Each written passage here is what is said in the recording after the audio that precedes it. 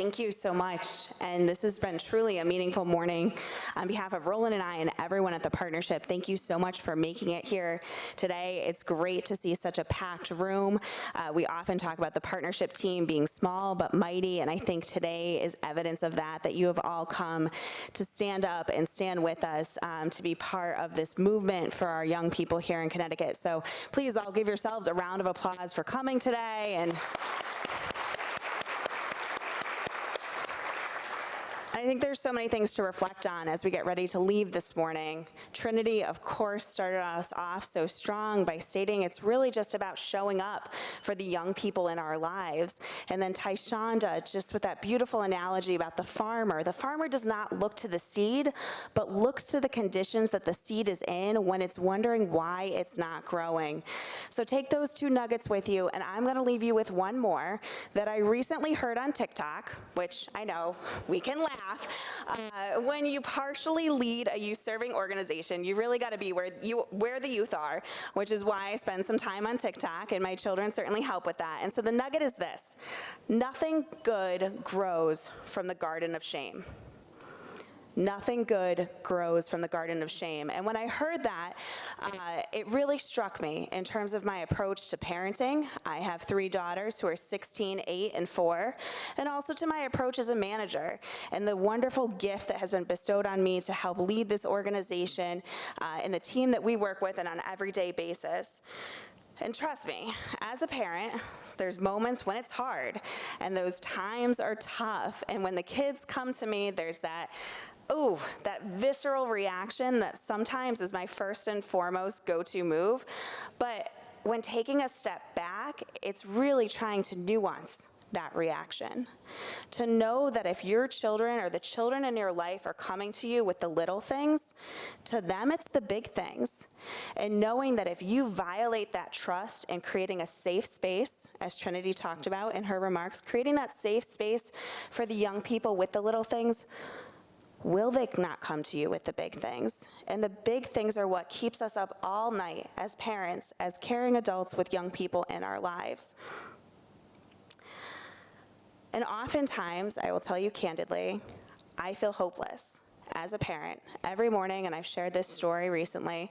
When I drop my daughter off at school, I say I love you, and I pray, I hope not today. I hope today is not the last day. When you think about the world around us, and that's a terrible feeling to have as a parent, and it can often just make me feel so hopeless, and I'm sure sometimes you feel hopeless too. But we're here to say that it doesn't have to be hopeless.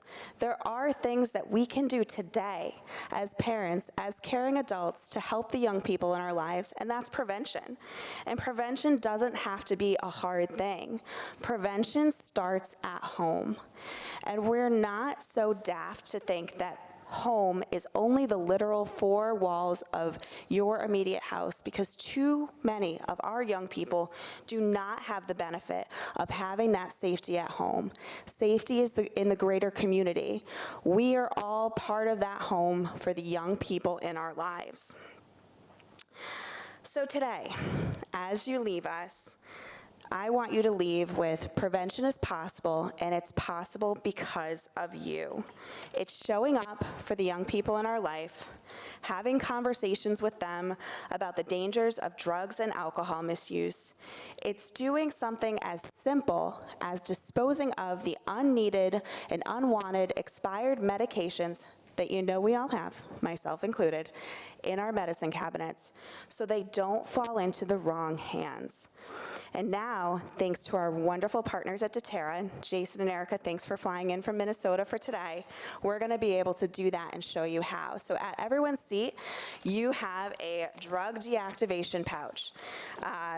And my daughters, who fully produced this TikTok video, are going to show you the do's and don'ts of proper drug disposal.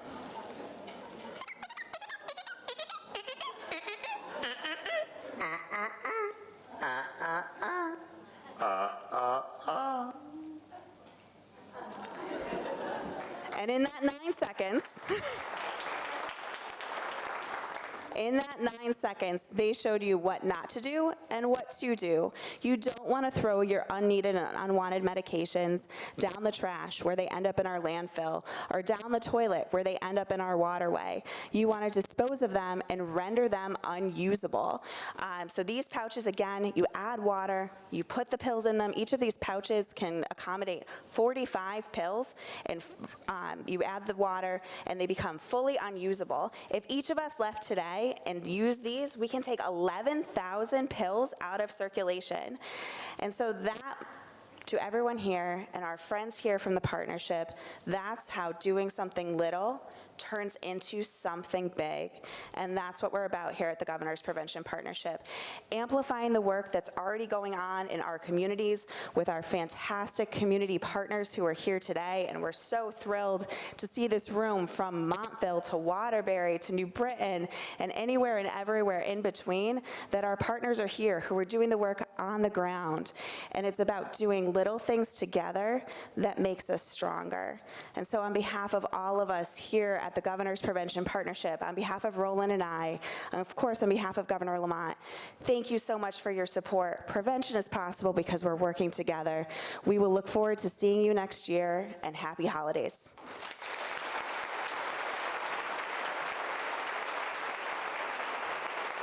Thank you, and that does conclude our program for today. Please stay, meet our staff, meet our partners, meet our funders. We look forward to seeing you again soon. Take care.